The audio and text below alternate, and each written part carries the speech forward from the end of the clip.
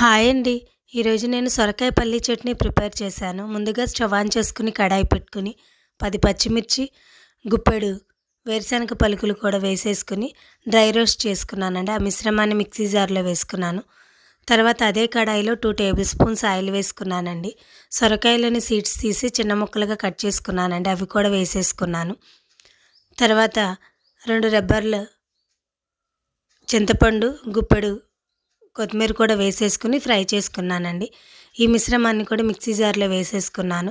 Tea spoon జీలకర్ర, 10 వెల్లుల్లి రెబ్బలు కూడా వేసుకుని ఫైన్గా మెత్తటి పేస్ట్ లాగా మిక్సీ పట్టేసుకున్నానండి. తర్వాత స్టవ్ ఆన్ చేసుకుని కడాయి పెట్టుకుని పోపు వేసేసుకున్నానండి. ఈ పోపు మిశ్రమాన్ని నేను మిక్సీ పట్టుకున్న చట్నీలోకి వేసేసుకున్నానండి. మనకి ఎంతో టేస్టీ అయిన సొరకాయ పల్లీల చట్నీ రెడీ. నచ్చితే లైక్ చేయండి, షేర్ చేయండి, సబ్స్క్రైబ్ చేయండి. Thank you for watching.